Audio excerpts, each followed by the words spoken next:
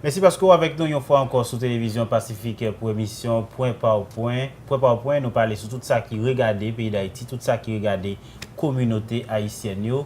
Une fois encore, nous allons parler sur formation supérieure. Mais vraiment, c'est un sujet que nous méritons parler, reparler de lui pour tout le monde qui a vraiment assimilé tout ça, il doit comprendre l'enjeu qui gagne dans la formation supérieure, d'ailleurs dans le pays d'Haïti.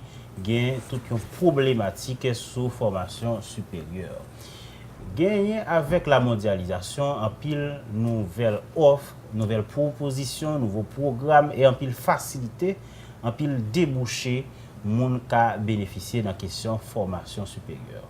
Et c'est pour ça, je dis à nous parlons chita sur un projet, mais vraiment avec un initiateur qui va dire non, est-ce que le projet est prêt pour réaliser, est-ce que l'idée déjà réalisé, c'est l'Institut des hautes études en gouvernance du Canada.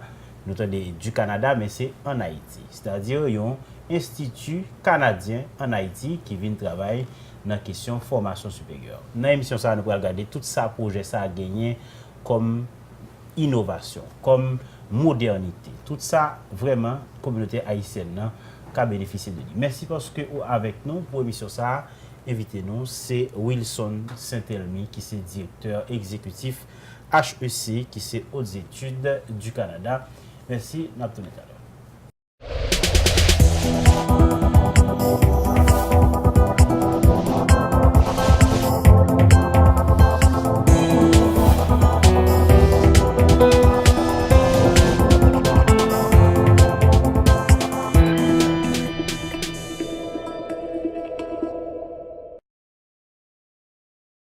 Merci une fois encore parce que vous avec nous sur Télévision Pacifique pour émission Point par Point. Jeudi, on a parlé une fois encore sur formation supérieure avec une nouvelle proposition qui gagne pour le pays d'Haïti. C'est un institut canadien dans le pays d'Haïti. Et on a parlé avec Wilson Saint-Elmy qui est directeur exécutif HEG.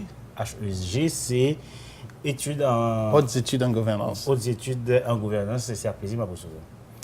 Bonjour Kendi, et puis c'est un plaisir pour moi pour dans l'émission Point par Point. Moi dis bonjour à tout le monde qui a regardé Point par Point et Télé Pacifique, et c'est un plaisir pour moi pour nous échanger ce projet Institut des hautes études en gouvernance du Canada qui fait couvrir un campus là dans l'hôtel El Rancho pour venir former mon bossi là, que ce soit dans le premier cycle, dans le deuxième cycle, professionnel, cours intensif, etc. Okay, donc, on peut une chaîne de programme. Qui côté projet a sorti et vraiment qui ça lui offre? Ça fait 4 ans que notre travail sur ce projet. L'idée, c'est de venir sortir Canada, implanter une grande école ici, qui a pensé mon droit canadien et droit américain, qui a pensé moun dans gestion et management, qui a pensé moun dans gouvernance publique tout, au premier cycle et au deuxième cycle. Entre les deux, il y a un programme court, intensif, pour moun qui en fonction, qui n'en travaille déjà, qui a besoin de mettre à point, un programme d'appoint, de perfectionnement et de formation continue. Ok, mais c'est une offre canadienne, c'est-à-dire le niveau est canadien et le contenu est canadien. Le niveau est canadien, le contenu est canadien aussi.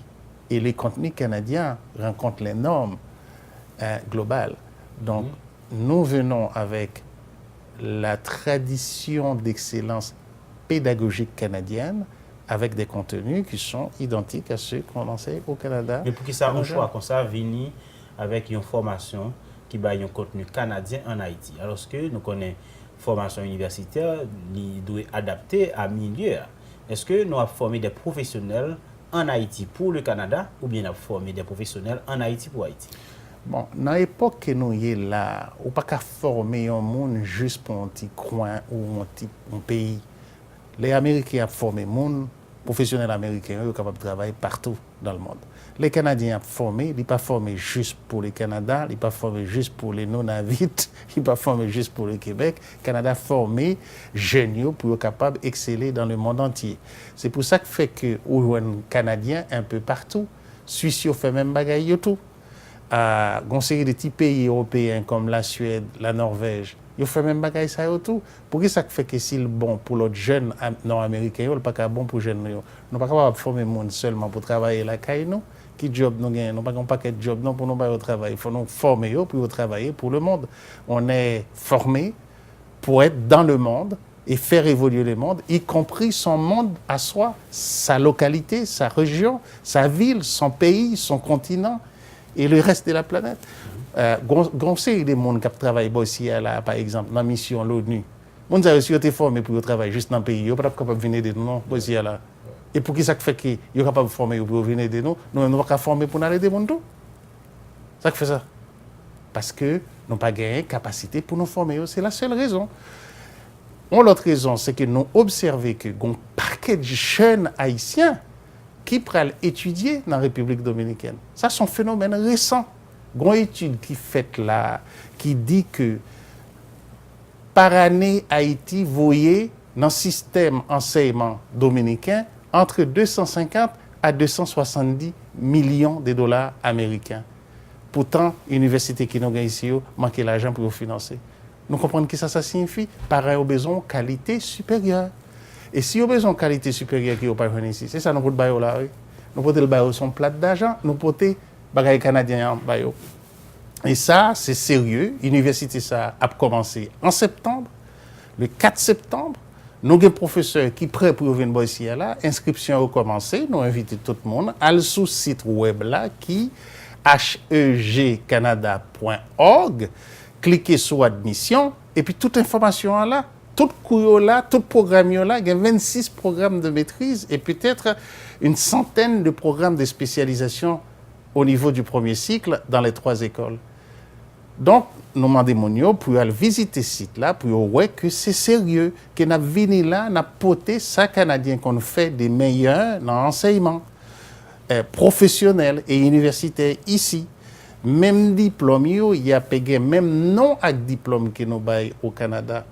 Au lieu pour nous parler de licence, nous parlé d'un baccalauréat universitaire.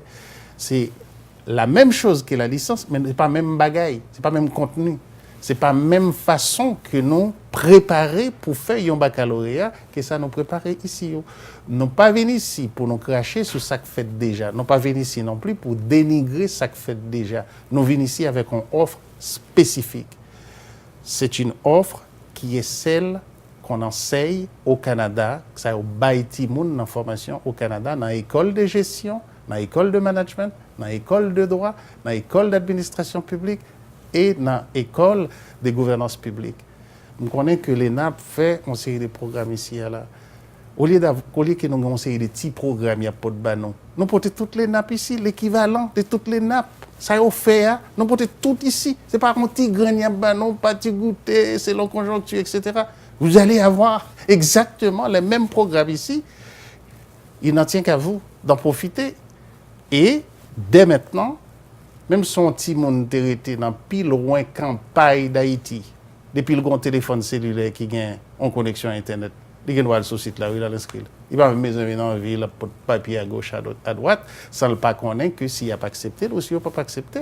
Nous-mêmes, nous avons accès pour fond demande, pour être capable de participer dans un concours pour entrer dans l'école. Ça, si nous acceptons pour venir participer dans le concours, pour nous là, nous allons venir.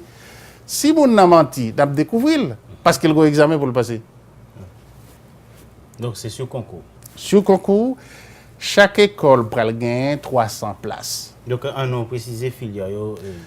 L'école de droit canadien et anglo-américain, l'école de gouvernance publique et l'école de management et de gestion. Toutes les disciplines des sciences de gestion, n'a pensé là, dans le premier cycle, dans le deuxième cycle.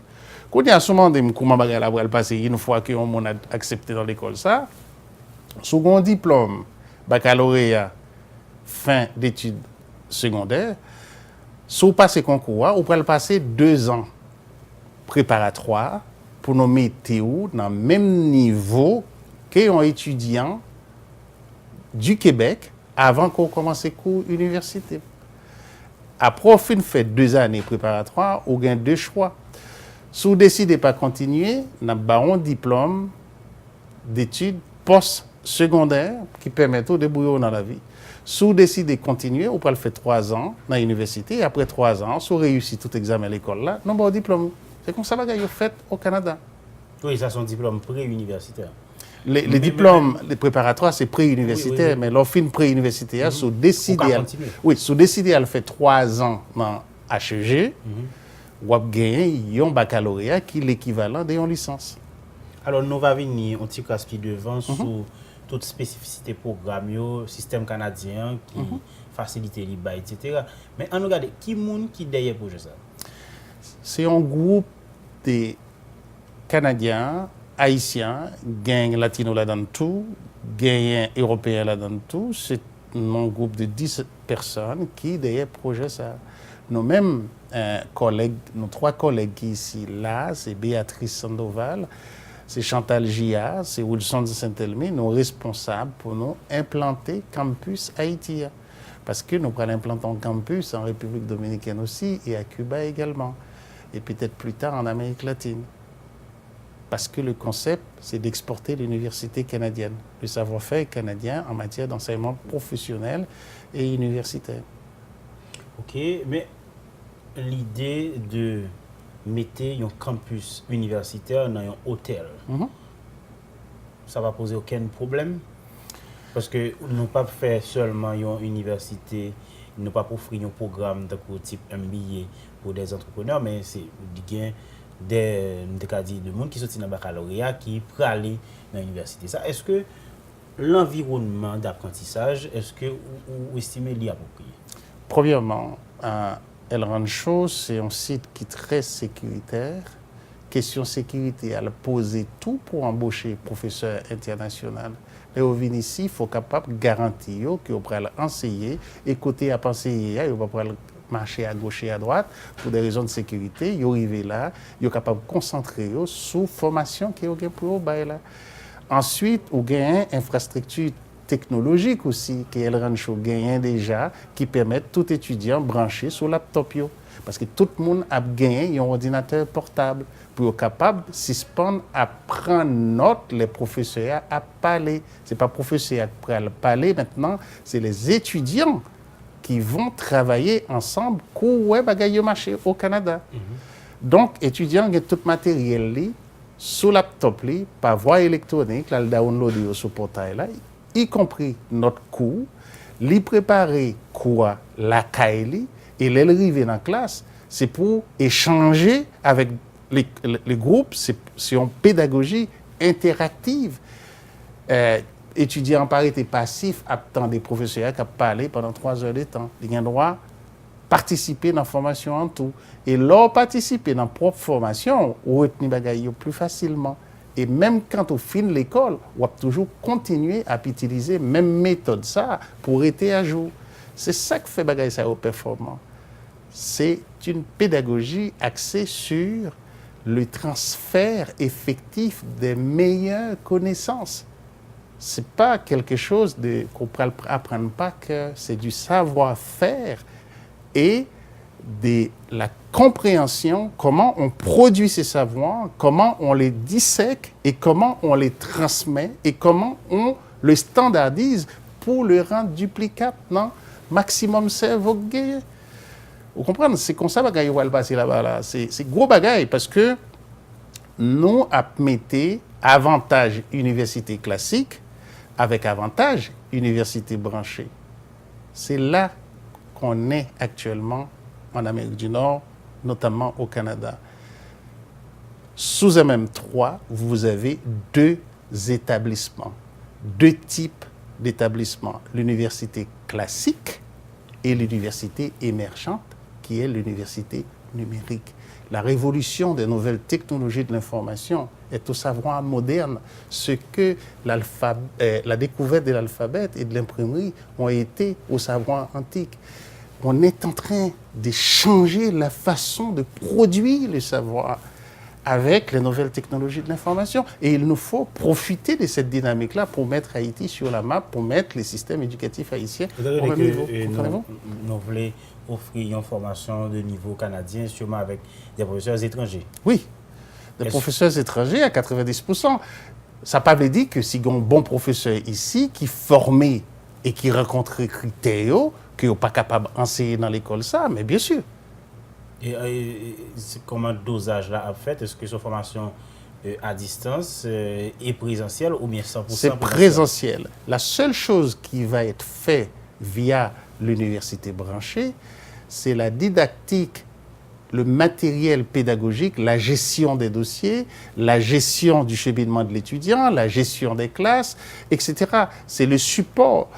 On doit toujours garder dans un pays comme Haïti la pédagogie présentielle pour éviter les distorsions au niveau technologique. Par exemple, qui est très simple, soit baillon cours, c'est par vidéoconférence, ou toutes sortes de troubles qu'on a trouvé. C'est même trouble avec WhatsApp ici.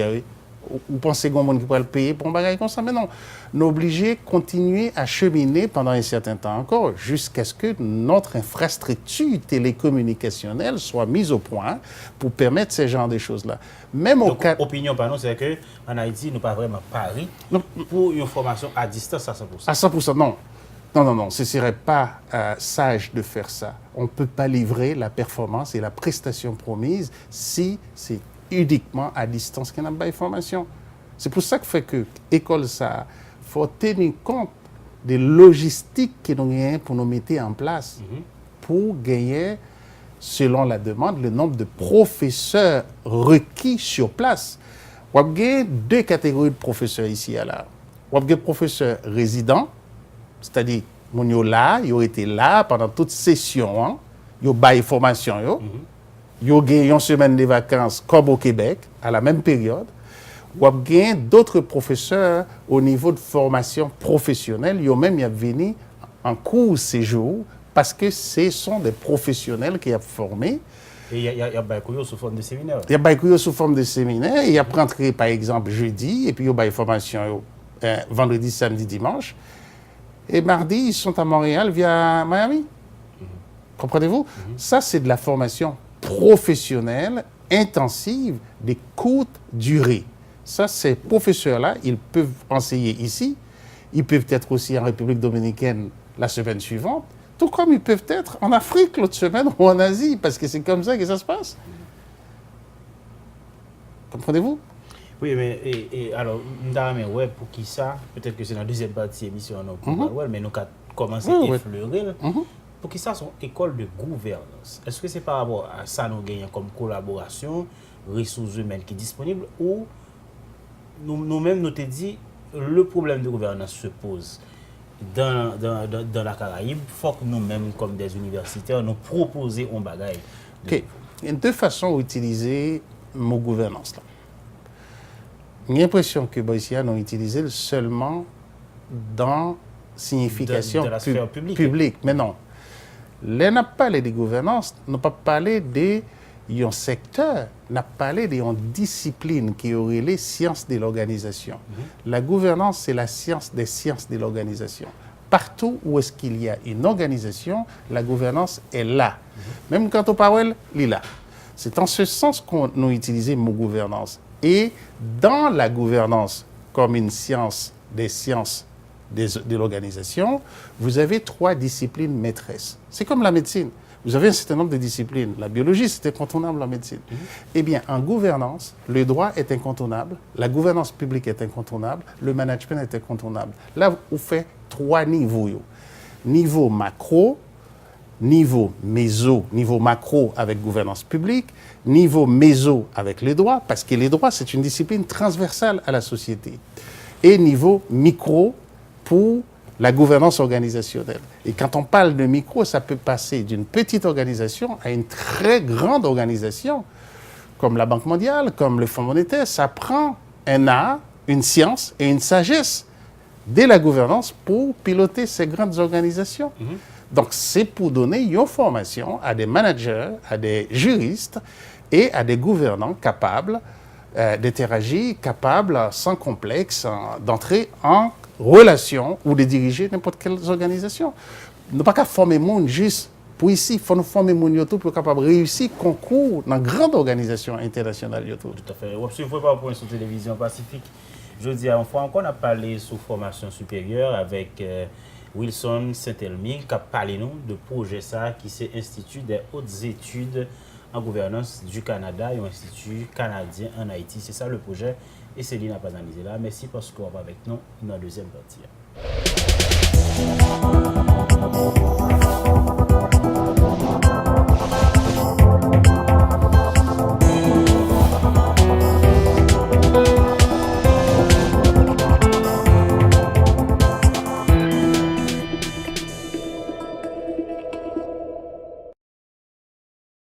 C'est parce que ou avec nous pour deuxième partie, point par point. Je dis à n'a parlé, n'a analysé, n'a fait un zoom sur l'Institut des hautes études en gouvernance du Canada qui a été établi en Haïti. Wilson, c'est tellement, ou t'es même dit, nous déjà là. Hein? Nous déjà là, admission a commencé depuis le 30 juin. Kounye là, pendant que je parle avec vous là, si il y a un téléspectateur qui attendait et téléspectatrice, vous avez droit à aller sur le site là, hegcanada.org et suivre le lien admission. Et puis il y a toute information que vous avez besoin pour présenter demande d'admission. Alors, toujours il y a une petite réserve. Alors, c'est l'université, c'est le débat. Exactement. Il faut que nous gardions bien formation ça n'a pas là à qui ça l'a servi vraiment. Par exemple, une école de droit qui va enseigner le droit américain et le droit canadien en Haïti. Quelle est l'opportunité de cette offre? Ok. On prend un simple exemple avant. Soit dans l'université de Miami, ou après quantité latino-américains qui sont des fonctionnaires, y compris des fonctionnaires vénézuéliens, je sais que c'est un régime qui est plus ou moins populaire ici, qui sont à l'université de Miami, qui a étudié le droit fiscal américain. Les droits américains et anglo-saxons, c'est les droits qui mènent les affaires dans le monde. On n'est pas capable de parler des droits bancaires, ne sont pas faits droits américains et anglo-saxons correctement. Parce que c'est le droit qui accompagne la finance globale. Ce n'est pas le droit civil. Même les Français sont obligés de suivre cette formation-là pour se mettre au niveau international. Même grands pays qui gagnent une tradition germano-romanique, ils mettent à étudier le droit anglo-saxon. Parce qu'il y a une série de disciplines, si vous voulez performer là-dedans à l'échelle internationale, il faut qu'on ait droit économique, droit bancaire, droit international comparé, droit des affaires, droit de la finance globale. Tout droit ça sont série des spécialités qui ont enseigné au Canada. Droit fiscal, le droit de la fiscalité est en train de se globaliser. Bon, pour un simple petit exemple, avant de comprendre.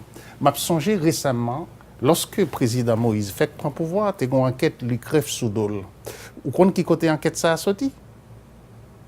Gouvernement haïtien, gon bagay écrit les GAFI, qui sont obligés de participer à GAFI. Mais GAFI, ça tout peuple au monde qui l'a adressé. Ce n'est pas Haïti qui vote le droit ça. Ce sont des organisations internationales qui produisent ces droits et qui l'imposent aux États. Et d'où ça vient, d'après vous? Quel pays qui est en arrière de ce droit-là? C'est le droit anglo-saxon. C'est eux qui ont la capacité et la vision de former des gens qui travaillent à travers le monde entier. Les grands cabinets d'avocats aux États-Unis, les droits de la propriété intellectuelle, c'est qui a inventé ces droits-là d'après vous? Ce sont ces cabinets pour protéger leurs clients qui ont des entreprises transnationales, les Microsoft de ce monde-là. Si vous avez besoin de travail pour une grosse société, c'est juste ce droit ici on fait. Comment on prend le travail pour eux? C'est normal que nous venions là avec une offre qui n'est pas déjà disponible. Si nous sommes venus avec droit civil, vous avez dit, ça n'a pas fait là, monsieur.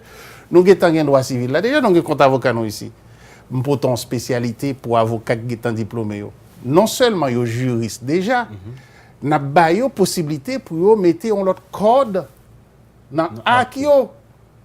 Et puis, il y a un paquet d'organisations internationales qui est ici. Il y a un paquet d'organisations américaines qui est ici. Ce sont des sujets de droit américains. Si vous voulez travailler pour eux, si vous ne comprenez pas le droit dans le pays, comment vous travailler pour eux? Il en est de même. Pourquoi le droit canadien? Les droits canadiens, au Canada, nous avons un des meilleurs, sinon le meilleur système juridique au monde. Vous avez la tradition du droit civil romano-germanique, vous avez la tradition anglo-saxonne. On fait le tour du monde quasiment avec ces deux droits-là, presque ces deux droits-là. Donc, lorsqu'on forme un droit au Canada, on a un passeport pour le monde. Si le Canada, qui est un pays hyper développé, qui a pile richesse, qui a moyen pour former le monde la Kaili, il offre un bagage comme ça. Pour ça fait qu'il n'est pas bon pour Haïti. Nous avons des Canadiens qui investissent dans ce pays-là. Ce n'est pas parce qu'une société canadienne s'installe en Haïti qu'elle cesse d'être un sujet de droit canadien. Si on fait bêtise ici, alors on a corruption, ou bien on fait bail qui pas bon. Là, il va au Canada, il y a un droit poursuivre, oui. Et si on pas qu'on a un endroit, comment on peut représenter le client ça, comment on conseiller le client ça. Si on pas qu'on a un endroit américain. De plus en plus, le droit américain, c'est un droit extraterritorial. Son chance, oui, nous gagnons.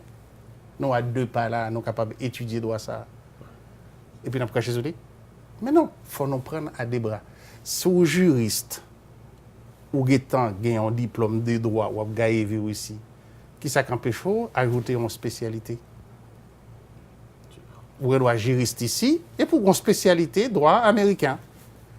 Et pour le passer examen, ou en bas là-bas, un programme dans l'université Sherbrooke, ou passer au Canada, et vous passez dans l'État de New York, tout maintenant. Ou tu as dit comme ça que pour ça que juriste Québec là, a besoin pour le passer au Québec, quand nous dit nous avons un meilleur système juridique. Mais non, sont l'autre marché pour lui.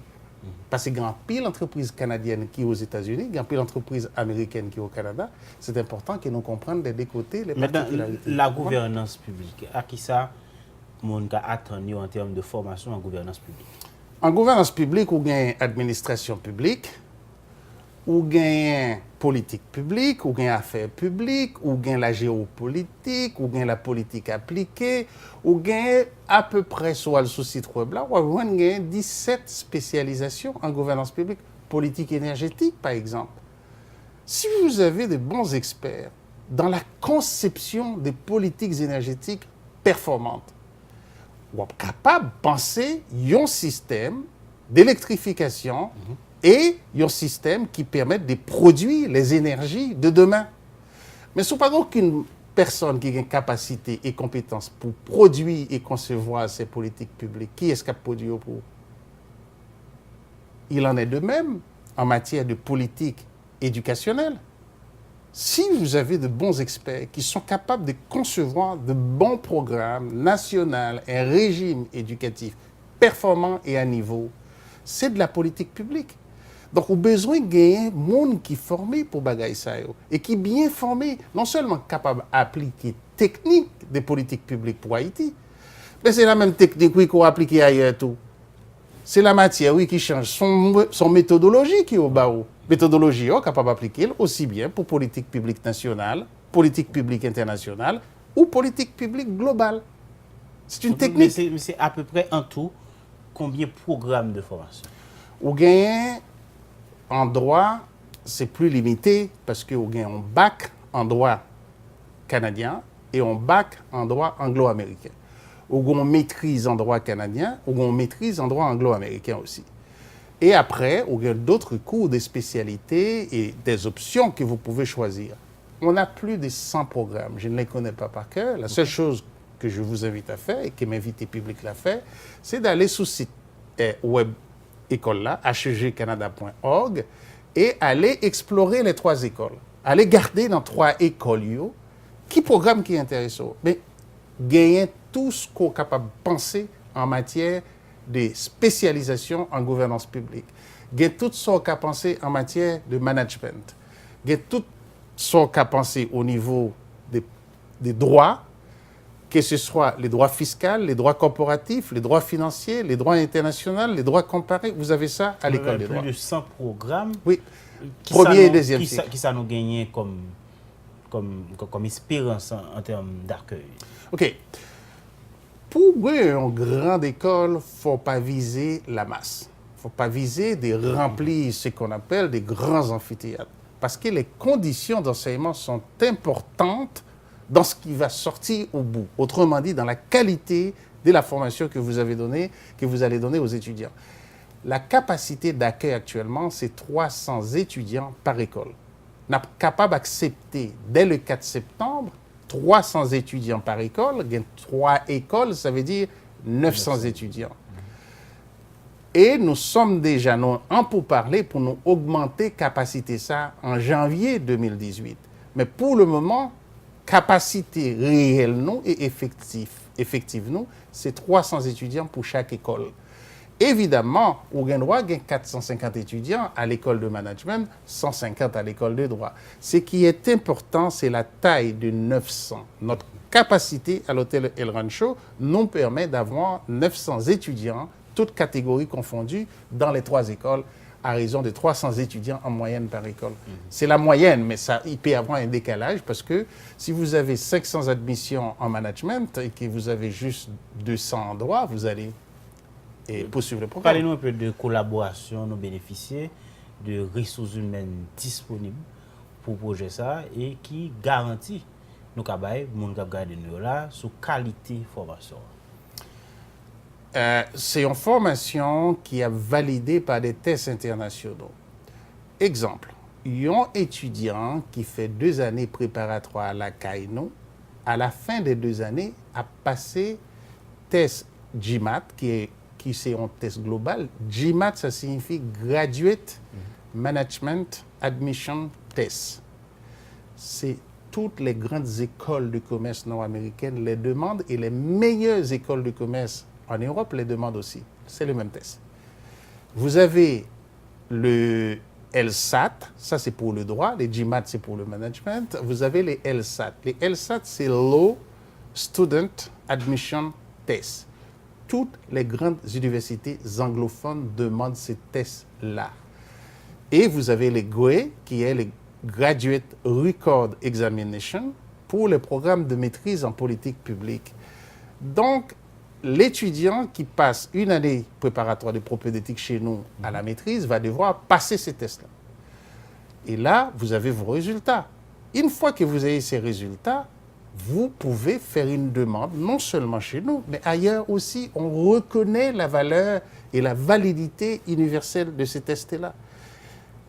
Des connaissances-là, d'après mes recherches, il n'y a aucune université ici qui offre un passeport de cette nature-là, non seulement pour ses propres programmes, mais pour des programmes internationaux également.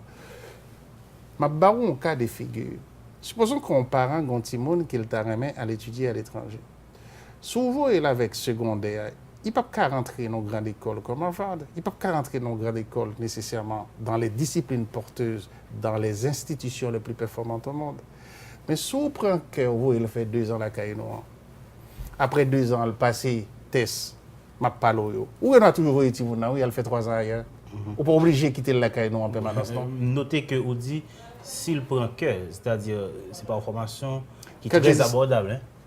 Bon, c'est moins cher que d'aller étudier soit en République dominicaine, encore moins cher en Amérique du Nord, mais c'est un petit peu plus cher que ce qu'on paye ici, ce qui est tout à fait normal. Nous avons nos pensées avec situation parents haïtiens, parce que la plupart du temps, c'est eux-mêmes qui payent. Souvent, les gens qui finissent faire secondaire, au lieu d'ouvrir la République dominicaine, c'est plutôt plus cher que s'ouvrir la Caïno.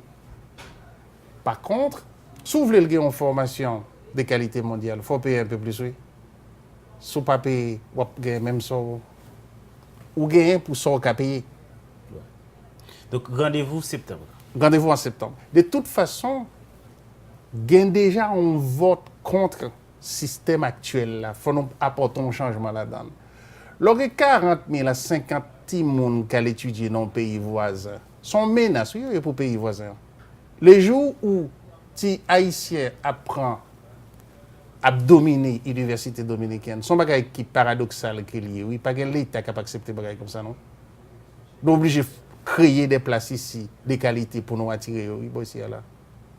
Parce que on ne peut pas envahir pacifiquement les universités dominicaines sans qu'il n'y ait des réactions. Il faut s'attendre à cela. C'est normal, c'est humain.